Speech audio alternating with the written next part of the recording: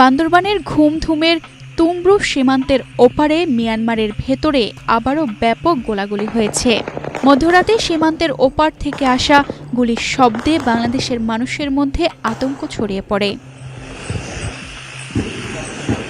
গতকাল রাতে 10 থেকে 15 মিনিট টানা এই গোলাগুলি চলে।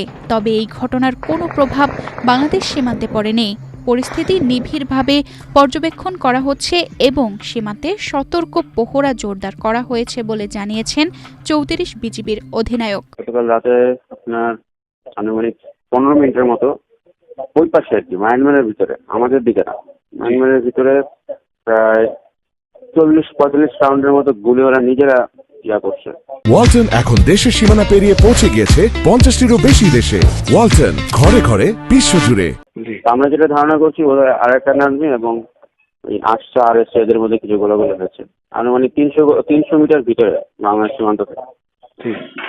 আমাদের দিকে কোনো গুলি আসে নাই, আমরা নিশ্চিত হয়েছি একদম, সারা রাত কাজ করেছি এটা নিয়ে। বাংলাদেশের অভ্যন্তরে কোনো গুলি, এক রাউন্ড গুলিও ঢুকে নেই, তবে ওরা নিজেরা করেছে। মিয়ানমারের রাখাইন রাজ্যে আরাকান আর্মি ও মিয়ানমারের সেনাবাহিনীর মধ্যে সংঘর্ষ চলছে। এই সংঘাতের প্রভাব পড়ছে বাংলাদেশ সীমান্তবর্তী এলাকাগুলোতে। বিশেষ করে কক্সবাজারের সীমান্ত এলাকায় আতঙ্কের দিন কাটাচ্ছে স্থানীয়রা।